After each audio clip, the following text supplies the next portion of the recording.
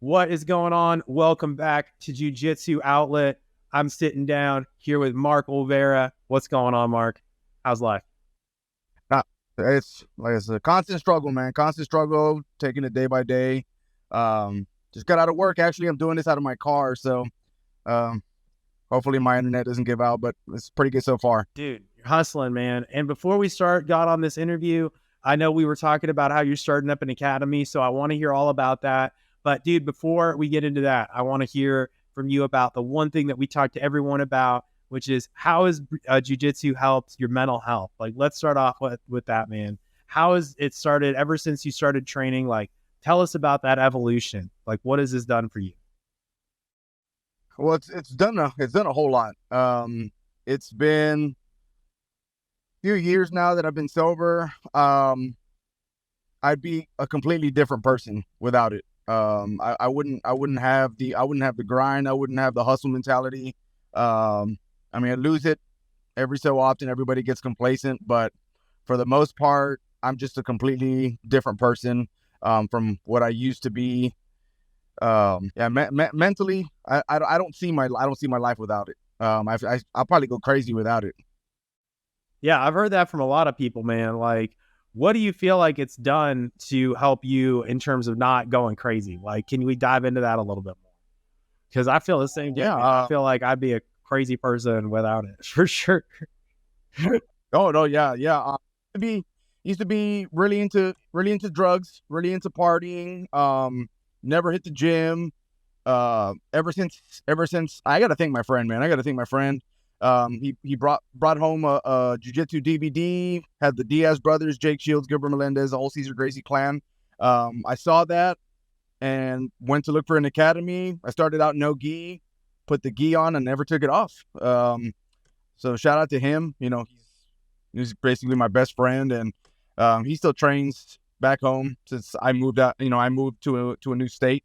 But yeah, I don't party. I don't do any of that. You know, it's maybe an occasional drink or two, but I really try to stay away from it, especially since I'm, doing the academy thing now and really just trying to get on the competition scene, get back to competing, to be able to put my name out there and be able to try to get some students to come in.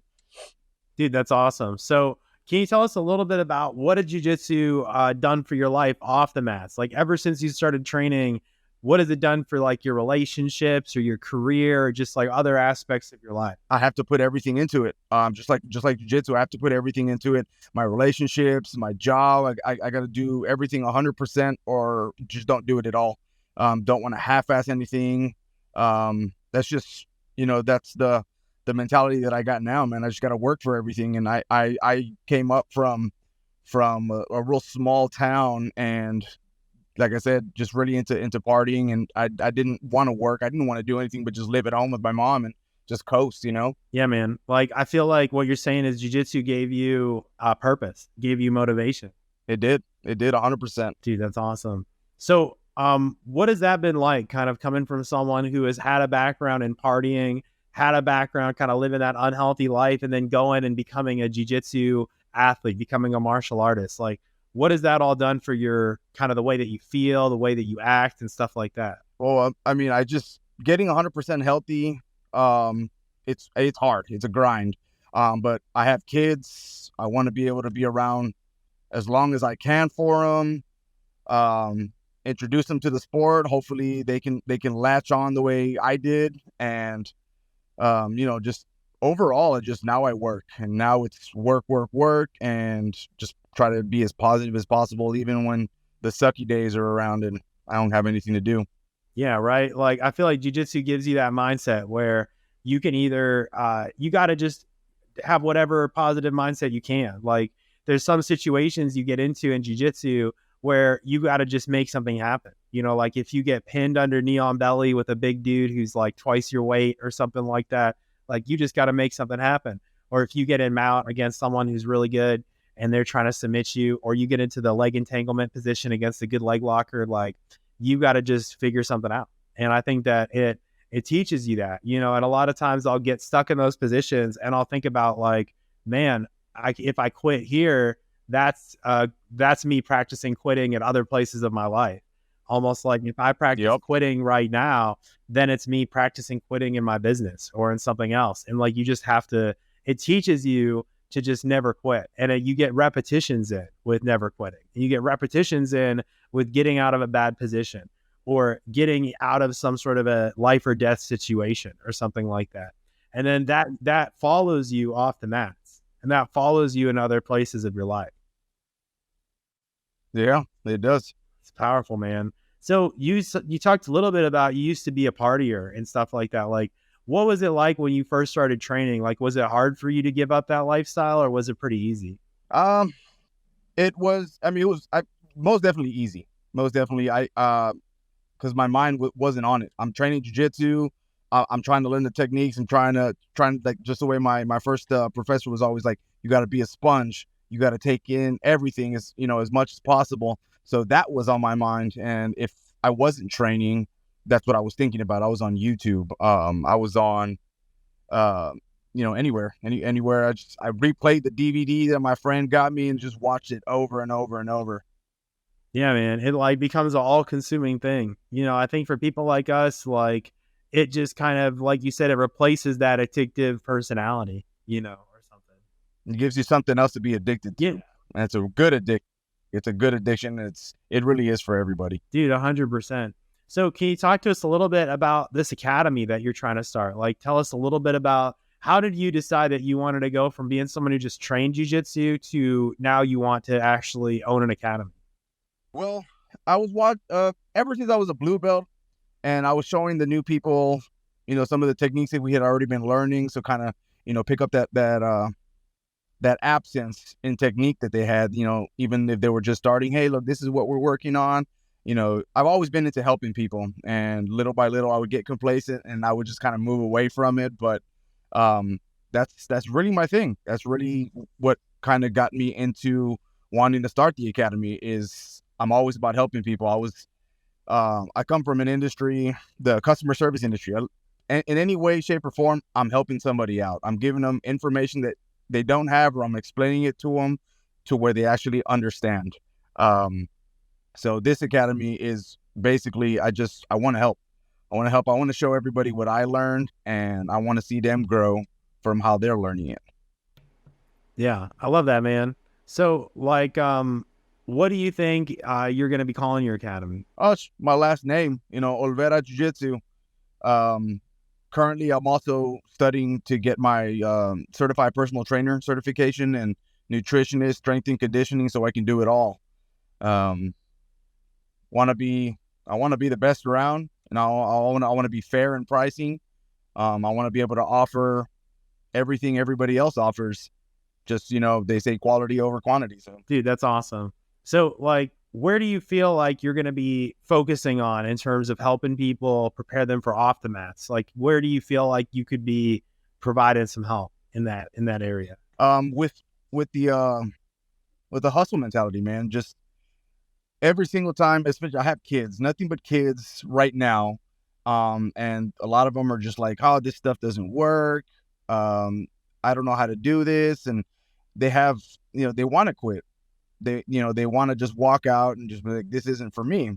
But to be able to show them and get them to work it to where it works for them, that's what I've been doing. And a lot of kids, just makes them happy because, like, hey, I'm good and I can do this. It's working for me.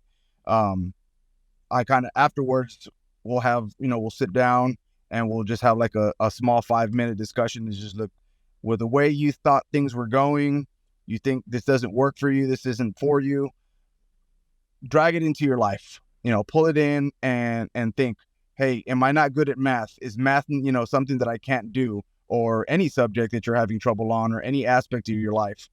Don't quit. Keep going. Ask all the questions that you need or that you want, whatever. There's no such thing as a stupid question. Just, if you need help, that's what I'm here for. That's what your teachers are there for. That's what your parents are there for. Just any aspect of life, you can take the no quit mentality into any part of your life. Yeah. Like just teaching them how to basically have that martial arts mindset that can follow them anywhere. Yeah. Mm-hmm. Dude, that's awesome. I feel like not enough teachers focus on that. I think a lot of teachers where they get into the business aspect of it, and I learned very, very quickly, even by just pricing. You know, I'm not trying to take anything from anybody.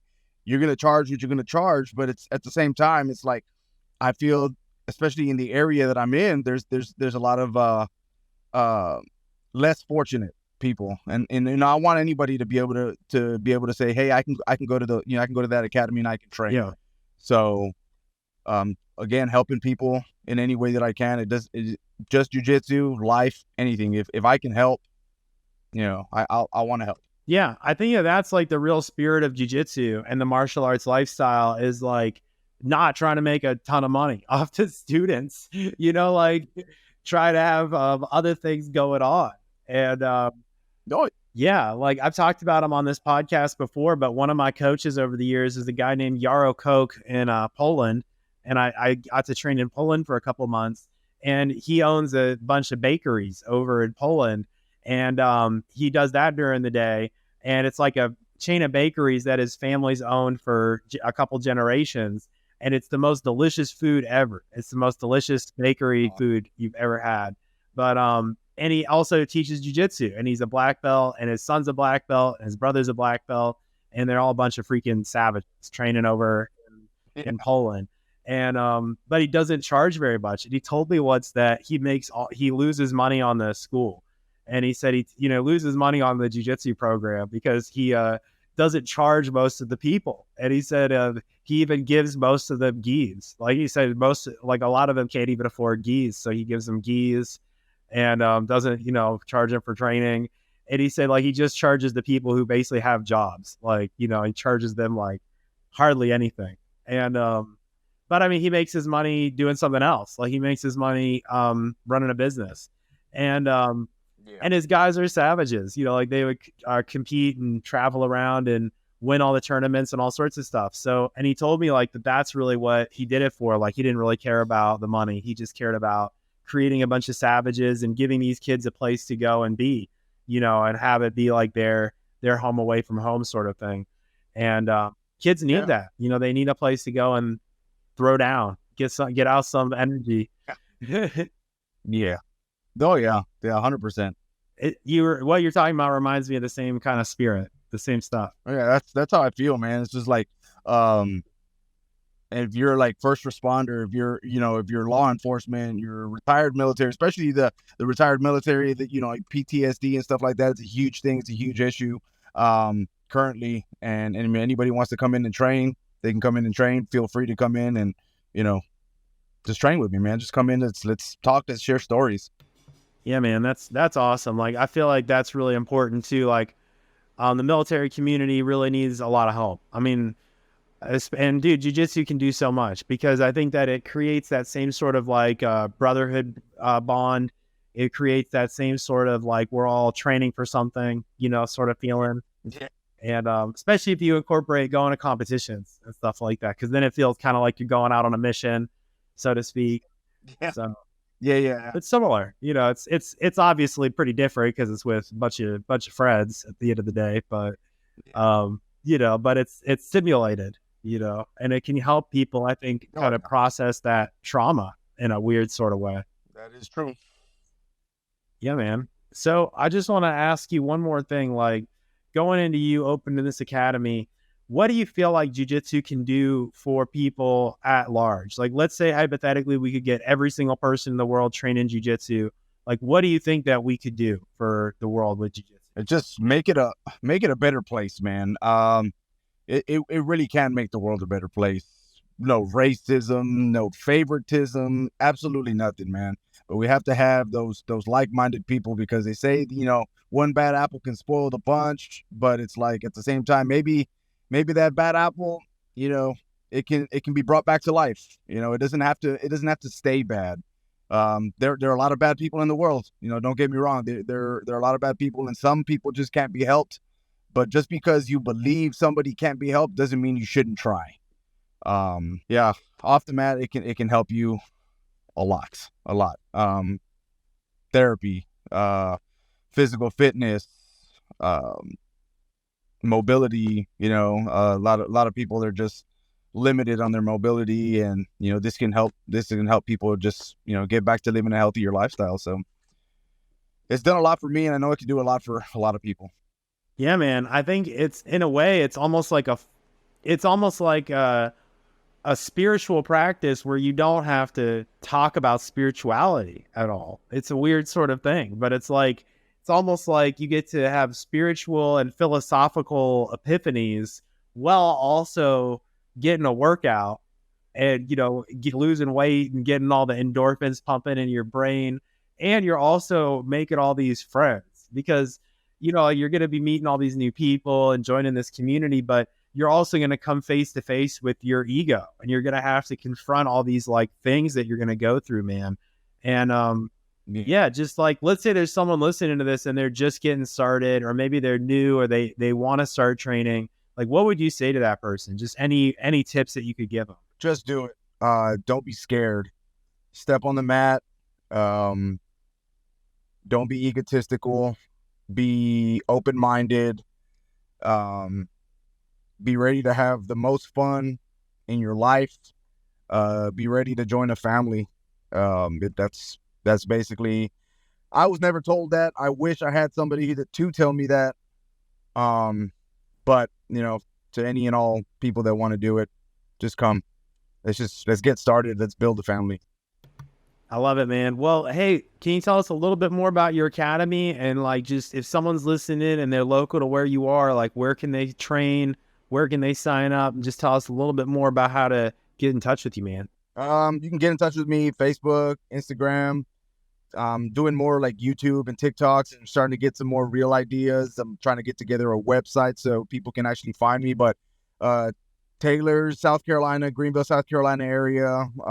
The address 3326 Wade Hampton Boulevard. The physical location is called Hurricane Martial Arts. I'm directly inside. So, if you want to come do some karate, you want to come do some jiu-jitsu, we're just starting now a physical fitness class 2 days a week. You want to just come get a workout in, meet some good people.